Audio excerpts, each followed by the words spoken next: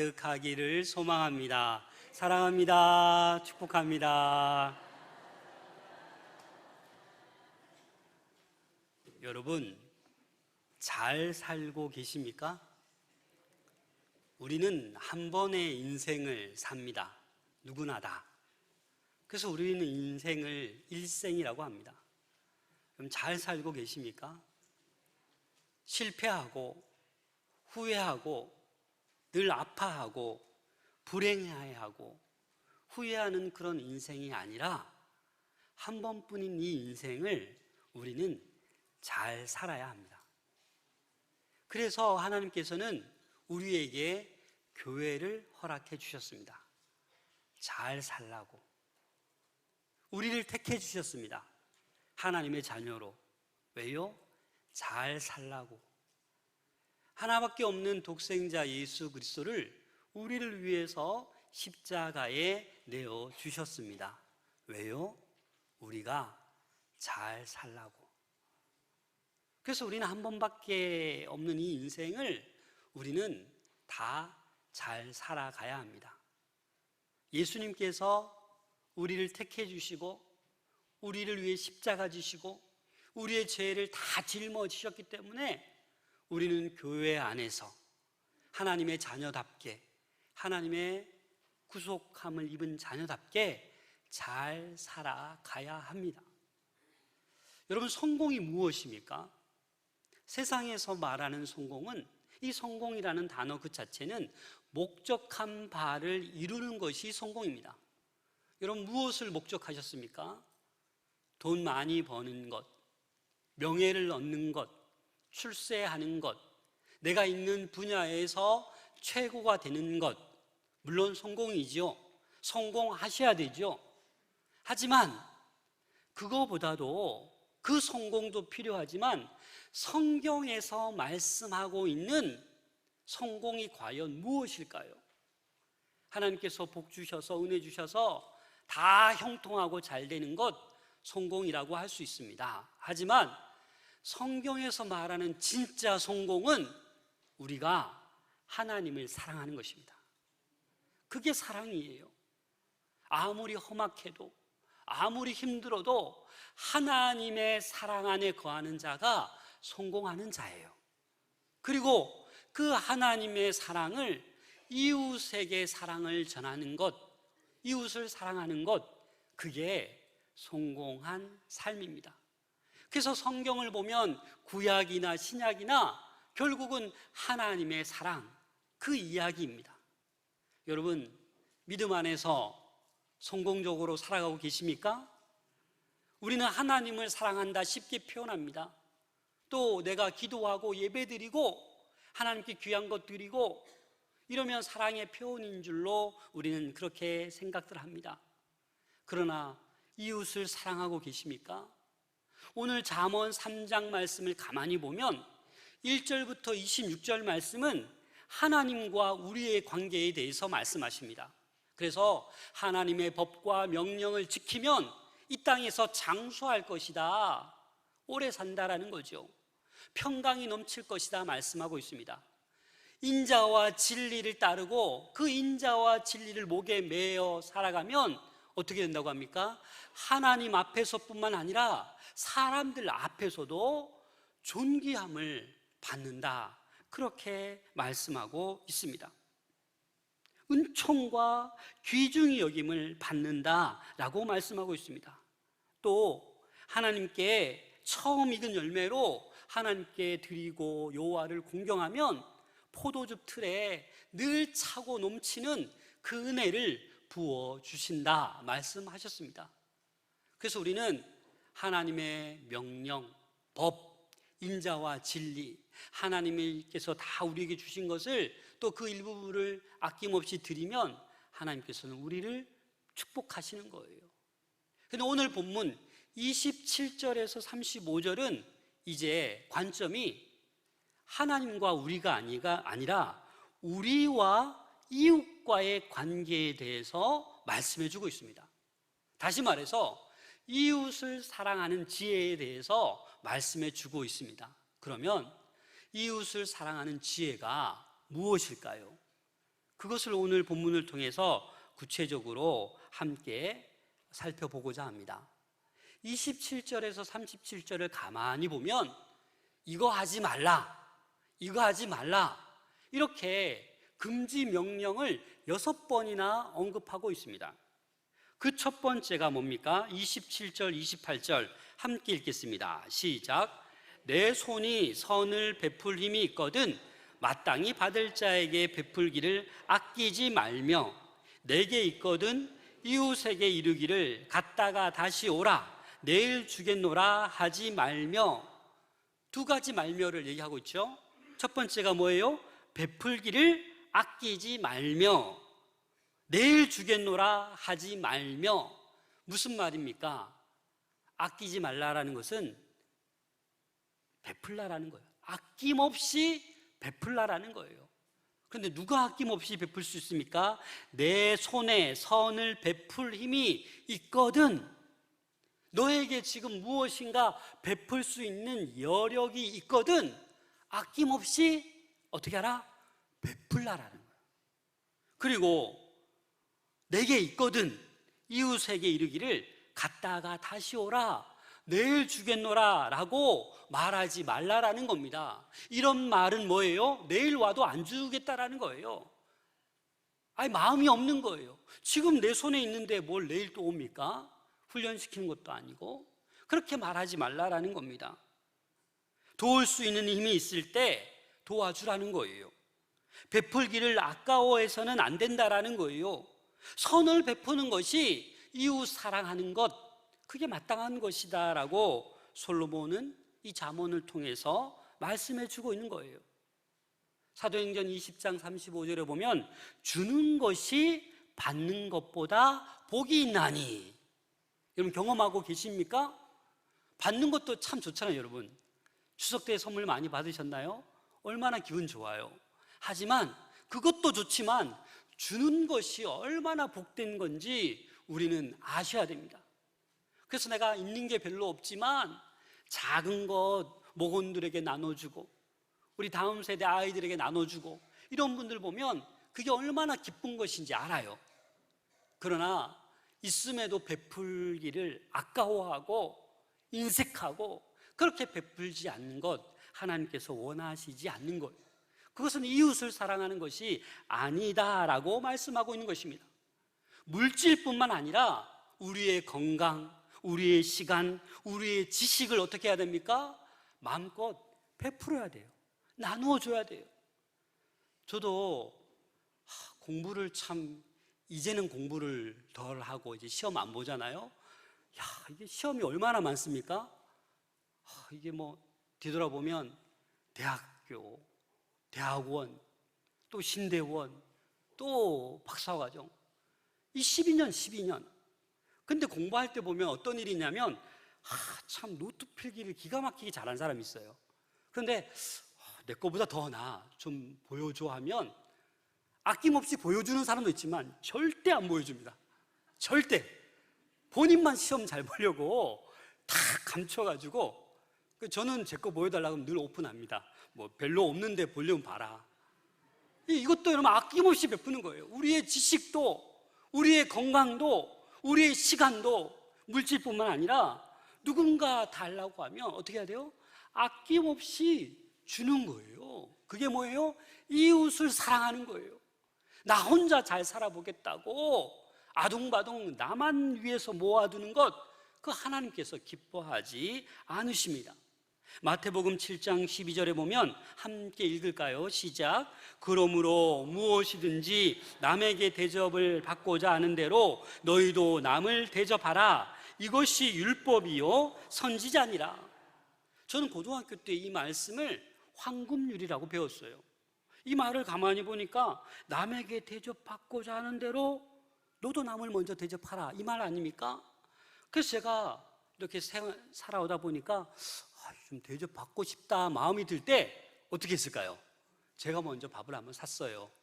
그러면 상대방도 어떻게 해요? 밥을 사기도 하지만 어떤 사람은 절대 안 삽니다. 내가 3번, 4번, 5번 사줘도 한 번도 안 사주는 그런 친구들도 있을 뿐만 아니라 다양한 사람들이 있어요. 여러분 어떻습니까? 이웃에게, 우리 교회 성도들에게 한 번 사주십니까? 사주기에 좀 아깝거든. 그냥 커피라도 타주세요. 뭐라도 도와주세요. 모든 것을 아낌없이 우리 공동체에 나눌 수 있는 것이 바로 그것이 이웃을 사랑하는 지혜인 것입니다. 그런데 오늘 본문 말씀에 다시 오라, 내일 주겠다, 이거 인색한 거예요. 냉정한 거예요. 머뭇거리는 거예요. 이러지 말고 즉각적으로 네 손에 힘이 있거든, 베풀 능력이 있거든, 그런 시간과 건강이 있거든, 그 즉시 하라라는 것입니다. 고린도후서 9장 7절에 보면 각각 그 마음에 정한 대로 할 것이요 인색함으로나 억지로 하지 말지니 하나님은 즐겨내는 자를 사랑하시느니라. 아멘. 여러분, 각각 그 마음에 정한 대로 해야 됩니다. 이게 무엇이냐? 우리의 한 달의 사례가 있습니다. 한 달 우리 어떤 각 가정마다 그 한 개의 예산이 있을 텐데 나눠줄 것을 어느 정도 정하는 것이 좋다라는 거예요. 하나님의 것은 하나님께, 또 감사할 것은 감사함으로, 또 내가 이것은 10,000원밖에 안 되지만, 5,000원밖에 안 되지만, 10만 원밖에 안 되지만 이번 달에 이 금액은 내가 이웃을 위해서, 전도 대상자를 위해서, 우리 공동체를 위해서 내가 커피 한 잔 쏜다, 이런 마음으로 마음에 정하여서 할 때 더 담대하게 할 수 있는 거예요. 그런 계획이 없으면 정말 커피 한 잔 사는 것도 손이 부들부들 떨려서 사지 못하는, 나를 위해서는 아깝지 않은데 다른 사람을 위해서는 너무 아깝게 그렇게 인색함으로 살아가서는 안 됩니다. 새벽 기도회 때 제 얘기를 했지만 1부 때는 제가 안 했는데 2부 때 잠깐 하자면, 제가 이렇게 베푸는 그 하나님의 은혜를 누렸어요. 사실은 저도 학창시절에 뭐 없는데 뭘 누구 사주고 싶은 이런 마음이 있겠습니까? 그런데 중고등부 아이들 햄버거 한 번 사주고, 또 없는데 우리 대학생들 밥 한 번 사주고 이러면 계산적으로 따지면 제가 늘 마이너스예요. 그런데 어떻게 됩니까? 늘 넘쳐요. 부족함이 없어요. 제가 그걸 지금까지 경험하고 있어요. 왜 그렇습니까? 인색함으로 하지 않고 마음에 정한 대로 하니까 하나님께서 다 채워주시는 거예요. 그래서 이걸 뭐라 그러죠? 까마귀가 물어다 주더라. 이런 경험을 하셔야 됩니다. 내 인간적인 생각으로 얼마 있어야, 내가 어느 정도 쌓아야 뭘 하겠다, 아니요. 지금 궁핍함 중에, 오히려 모자람 중에 여러분들 이렇게 정한 대로 베풀 수 있기를 소망합니다. 그런 사람이 이웃을 사랑하는 것입니다. 요한일서 4장 11절에 보면 사랑하는 자들아, 하나님이 이같이 우리를 사랑하셨은즉 우리도 서로 사랑하는 것이 마땅하도다. 이웃을 사랑하는 것 마땅한 거다라는 거예요. 우리가 하나님으로부터 얼마나 큰 사랑을 받았는데 그 이웃을 그 조금 사랑하는 거, 그게 무엇이 아깝냐라는 거예요. 나는 내 아들을 목숨까지 내어주며 너를 위해 십자가 내놓았는데 그 사랑의 100분의 1, 아니 10,000,000분의 1이라도 왜 못하냐라는 거죠. 사랑하는 여러분, 우리는 이웃 사랑하는 지혜가 내가 가지고 있는 것을 아낌없이 베푸는 것입니다. 선한 일을 행하는 것입니다. 물질로든 시간이로든 지식으로든 무엇으로든 베풀기에 앞장서는 우리 모두가 될 수 있기를 소망합니다. 하나님을 위해서라도 여러분들 몸으로 봉사하시는 분들 있잖아요. 시간을 내어서 하나님께 이렇게 봉사하는 사람 있잖아요. 그렇게 하셔야 된다라는 겁니다. 또 우리가 29절에서 30절 말씀에 보면 이웃에게 이런 짓은 하지 말아야 된다고 또 말씀하고 있습니다. 29절 30절 함께 읽겠습니다. 시작. 내 이웃이 내 곁에서 평안히 살거든 그를 해하려고 꾀하지 말며 사람이 내게 악을 행하지 아니하였거든 까닭 없이 더불어 다투지 말며. 우리의 이웃이 내 곁에서 평안히 잘 살고 있습니다. 그럼 여러분 좋은 거예요, 나쁜 거예요? 좋은 거잖아요. 그런데 여러분 그게 정말 좋습니까? 해하려고 왜 꾀하지 말며라고 얘기하는 거예요? 그냥 이웃이 옆에서 평안히 잘 살고 있는데 나는 지금 어때요? 평안하지가 않아요. 너무 힘들어요. 너무 고달파요. 옆을 보니까 뭐가 생겨요? 시기심, 질투가 생기는 거예요. 그래서 가만히 있는 이웃을 해하려고 꾀한다라는 것은 나쁜 짓 한다라는 거예요. 괴롭힌다라는 거예요. 그렇게 하지 말라라는 거예요.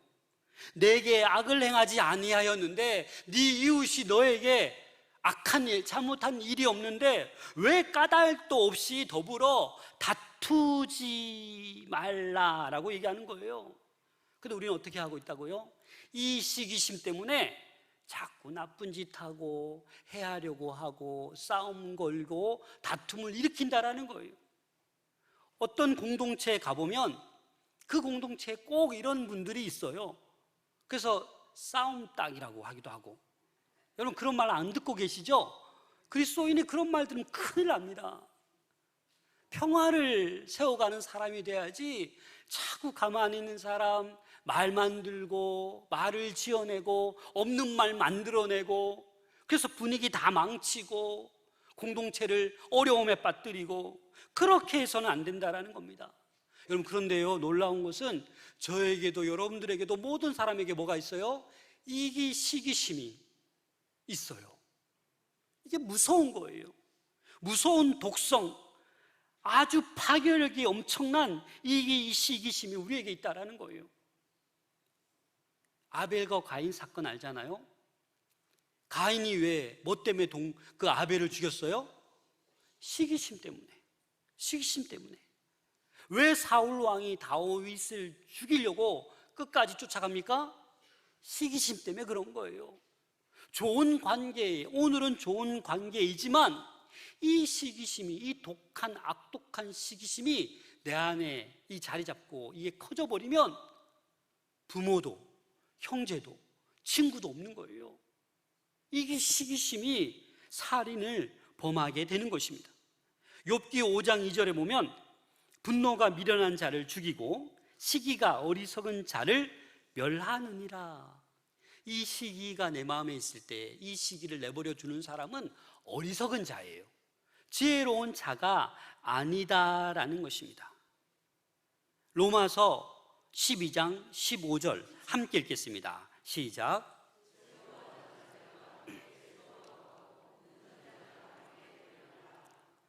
이 시기의 감정을 어떻게 우리가 극복할 수 있을까?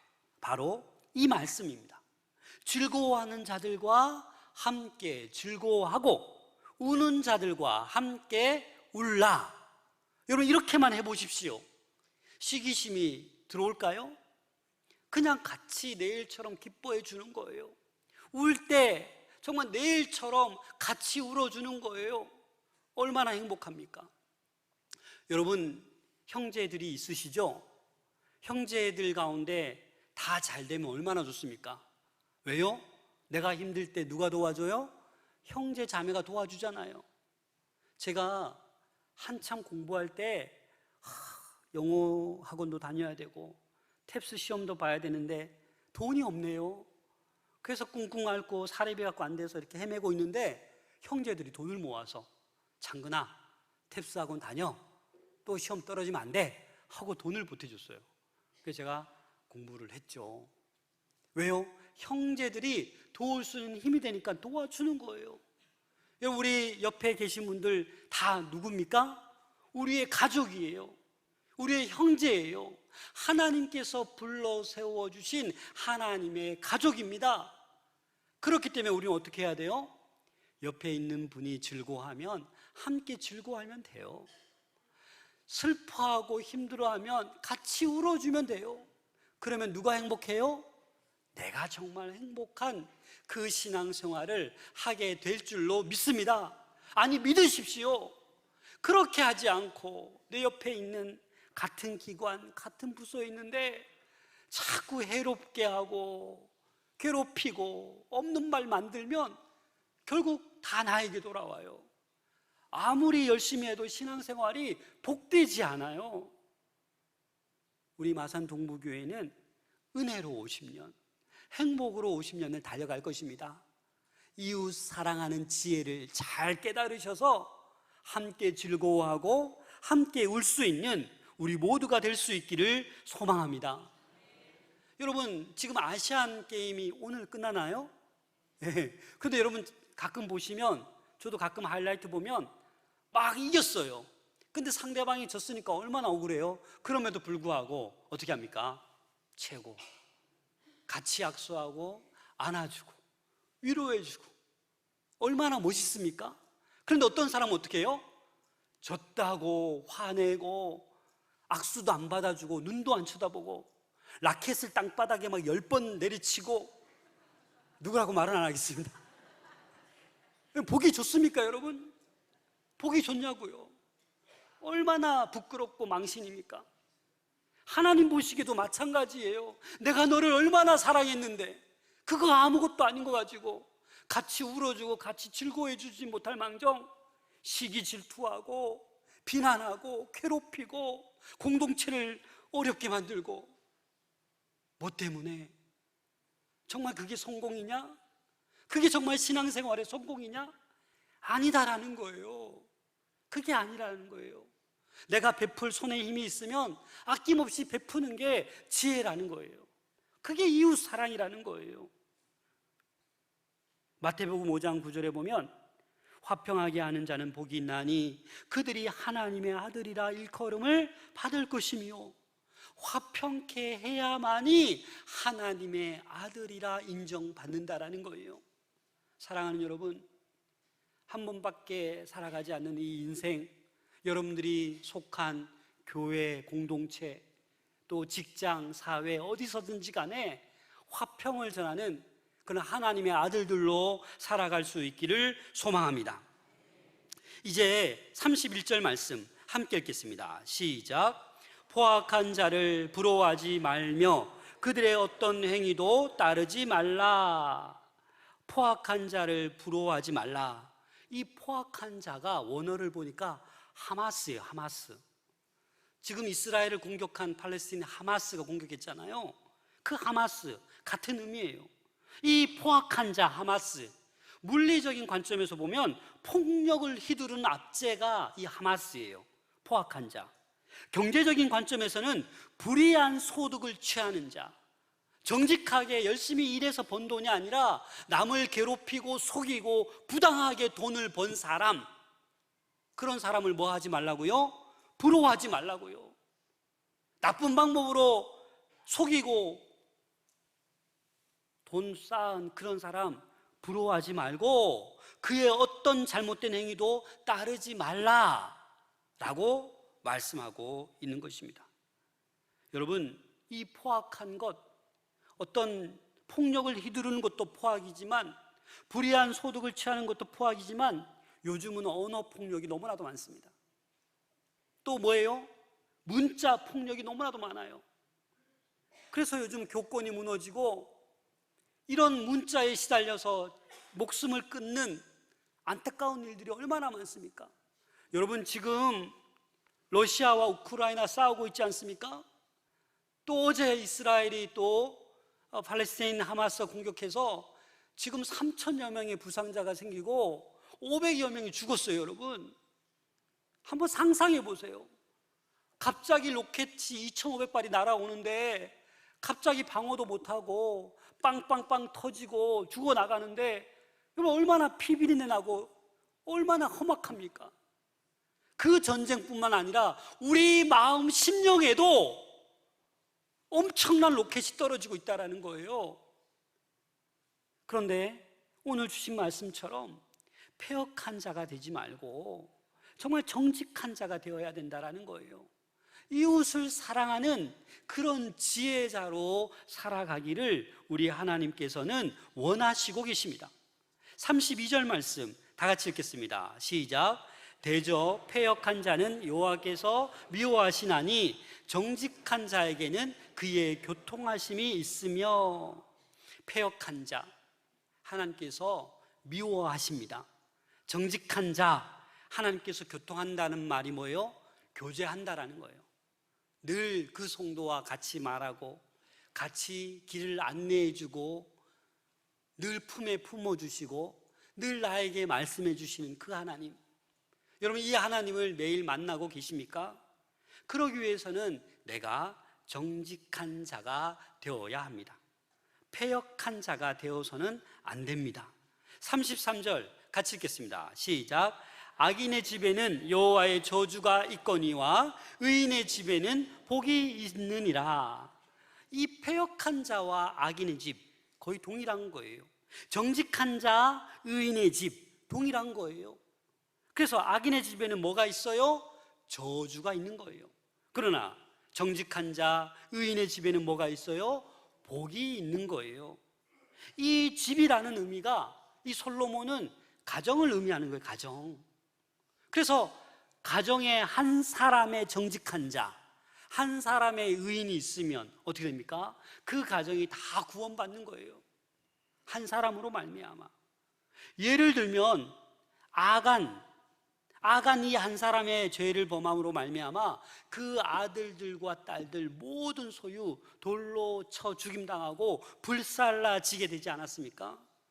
그런데 반면대로 이 로마 백부장 고넬료 이 한 사람이 경건하여 의를 행할 때 그 가족 온 집안이 하나님을 경외하는 그런 축복이 임하여졌습니다.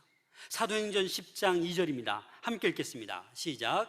그가 경건하여 온 집안과 더불어 하나님을 경외하며 백성을 많이 구제하고 하나님께 항상 기도하더니, 이 고넬료 백부장 한 사람 때문에 온 집안이 경건해지고 다 기도하고 백성을 많이 구제하는 하나님의 복된 가정이 되었다라는 겁니다. 우리 교회도 그런 사례가 많습니다. 신방 가보면 목사님 제가 일대입니다. 제가 기도해서 우리 남편 구원하고 우리 형제들 다 교회 다니고 있고 우리 친지들 다 교회 다니고 있다고 그렇게 고백하는 분들이 많으세요. 작년 올해도 우리 교회에 그런 사례가 있습니다. 한 사람이 예수 믿고 간절히 기도해서 온 가족이 교회 등록하고 열심히 신앙생활하는 우리 성도들이 있습니다. 여러분 알지 않습니까? 너무 감격해서 성경을 다 통독 벌써 했고 지금 통독을 쓰고 있다고 하잖아요. 얼마나 감사한 일입니까? 여러분 사도행전 16장 31절에 보면 이르되 주 예수를 믿으라 그리하면 너와 내 집이 구원을 받으리라. 아멘. 나 한 사람이 제대로 예수님을 믿으셔야 됩니다. 그래야 나로 말미암아서 우리 모든 가족이, 우리 모든 주변의 사람이 복된 믿음의 가정 모두가 구원에 이르게 될 줄로 믿습니다. 34절부터 35절 함께 읽겠습니다. 시작. 진실로 그는 거만한 자를 비웃으시며 겸손한 자에게 은혜를 베푸시나니 지혜로운 자는 영광을 기업으로 받거니와 미련한 자의 영달함은 수치가 되느니라. 계속해서 이 두 가지를 이렇게 대조하고 있습니다. 패역한 자, 정직한 자, 악인의 집, 의인의 집, 그 다음에 거만한 자, 겸손한 자. 여러분 거만한 자는 하나님께서 어떻게 하신다고요? 비웃으신다고요. 잘난 체 하는 사람, 자기가 최고인 사람, 하나님 볼 때는 뭐예요? 웃기지도 않는 거예요. 아주 가사로운 거예요. 하나님은 얼마나 높고 전지전능 위대하신데 하나님 앞에서 나 잘났다고 똑똑한 체하고 교만하고 거만한 사람 하나님께서 어떻게 하신다고요? 비웃으신다고요.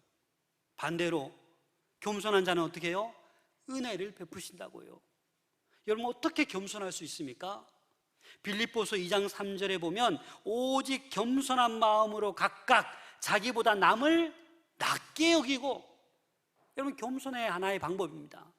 무조건 나보다 남을 어떻게 해요? 낮게 여기세요. 그러면 시기가 안 찾아와요. 잘 한번 해보세요. 사실 목회자들에게 제일 이 시기가 오는 게 뭔 줄 아십니까? 목사님 설교 은혜롭네요 할 때 기분 좋지만 우리 부목사님 설교가 더 은혜롭네요 하면 나도 모르게 분발해야지 이런 마음이 들 때도 있지만 어느 순간에 시기의 마음이 들 때도 있어요. 이거 제 옛날 얘기고, 지금은 저는 그렇게 보면 우리 목사님들 다 저보다 설교 잘하세요. 진짜로. 이거 아시잖아요. 우리 부목사님들, 조사님 설교 잘하세요. 그러니까 시기의 마음이 들어올 이유가 없는 거예요. 여러분, 나보다 남을 어떻게 여기시라고요? 낮게 여기라고요. 자세히 생각해보고 또 찾아보고 또 찾아보면 나보다 나은 게 반드시 있어요. 뭐라도 있어요. 그래서 겸손한 마음으로 나보다 남을 낮게 여길 때 우리 하나님께서는 어떻게 해요? 은혜를 베푸십니다. 놀라운 은혜를 베푸세요. 그래서 또 지혜로운 자는 영광을 기업으로 받거니와 미련한 자의 영달함은 수치가 된다. 계속해서 대조하는 거예요. 지혜로운 자는 겸손한 자입니다. 지혜로운 자는 의인입니다. 지혜로운 자는 정직한 사람입니다. 반면에 미련한 자, 어리석은 사람은 패역한 자요, 악인이요, 거만한 자라는 것입니다. 여러분, 어느 편에 속하시겠습니까? 평생 한 번밖에 주어지지 않는 이 인생을 미련하고 어리석게, 거만하게, 악하게, 패역하게 살고 싶으십니까? 아니면 오늘 주신 말씀처럼 지혜로운 자가 되어서 늘 겸손하고 의인의 자리에 서고 정직한 자로 살아가면서 늘 주님과 가까이 교제하고 그 은혜를 받아 누리며 복을 누리시길 원하십니까? 지혜로운 자로 살아갈 수 있는 우리 모두가 될 수 있기를 소망합니다. 그러기 위해서 이웃을 사랑하는 지혜, 이웃을 아낌없이 사랑할 수 있는 우리 모두가 될 수 있기를 소망합니다. 오늘 본문 말씀은 핵심은 그겁니다. 우리 주변에 어려운 사람들이 있다, 도와주라라는 거예요. 아낌없이 도와주라라는 거예요. 또 반면에 평화롭게 가만히 있는 사람을 괴롭히지 말라라고요. 우리 교회가 평안한데, 우리 가정이 평안한데, 우리 목장이 평안한데 그 평안을 깨트리는 그 어리석음을 범하지 말라라는 겁니다. 분열과 분쟁이 있는 곳에 우리는 사랑을 심고 화평을 전해야 됩니다. 그게 지혜로운 자입니다. 지금 전 세계에 자꾸 전쟁의 소문이 끊이지 않고 있습니다. 분쟁하고 분열하고 억압하고, 우리가 할 수 있는 게 무엇이겠습니까? 하나님, 전쟁을 멈춰지게 해주세요. 종식되게 해주세요. 간절히 기도하는 것밖에 없는 줄로 믿습니다. 그래서 이웃을 위해서, 세계 평화를 위해서, 또 지금 안타까운 소식이 아프가니스탄에서도 6.3 지진으로 인해서 또 수많은 사상자가 발생하였습니다. 그런 이웃을 생각하면서 지혜로운 자가 되어서 간절히 기도할 수 있는 우리 모두가 될 수 있기를 소망합니다. 그래서 하나님과 친밀히 교제하고 날마다 복을 누리며 은혜 가운데 영광을 베푸실 그 하나님을 바라보며 믿음으로 살아갈 수 있는 우리 모두가 될 수 있기를 소망합니다. 마지막으로 김현승 시인의 가을의 기도를 제가 잠시 읽어드리겠습니다. 가을에는 기도하게 하소서. 낙엽이 지는 때를 기다려 내게 주신 겸허한 모국어로 나를 채우소서. 가을에는 사랑하게 하소서. 오직 한 사람을 택하게 하소서. 가장 아름다운 열매를 위하여 이 비옥한 시간을 가꾸게 하소서. 가을에는 홀로 있게 하소서. 나의 영혼 굽이치는 바다와 백합의 골짜기를 지나 마른 나뭇가지 위에 다다른 까마귀 같이. 이 가을의 기도 중에 이 연을 다시 한번 보길 원합니다. 가을에는 사랑하게 하소서. 오직 한 사람을 택하게 하소서. 여러분, 오늘 이웃을 사랑하는 지혜를 실천할 수 있는 그 적용을 하나 드리겠습니다. 여러분 주변에 있는 한 사람을 택하십시오. 우리 남편, 우리 아내가 될 수도 있고, 우리 목원이 될 수도 있고, 5년 전에 10년 전에 교회 나오다가 안 나오시는 분들일 수도 있고, 또 여러분들이 알고 있는 예수 믿지 아니하는 복음을 들어보지 못한 전도 대상자들 그 한 사람을 택하십시오. 그를 위해서 기도하십시오. 그를 위해 사랑과 관심과 모든 것을 베풀 수 있기를 소망합니다. 그렇게 될 때 이 아름다운 가을에 많은 열매를 맺으며 지혜로운 자로 살아가는 우리가 될 줄로 믿습니다. 기도합니다.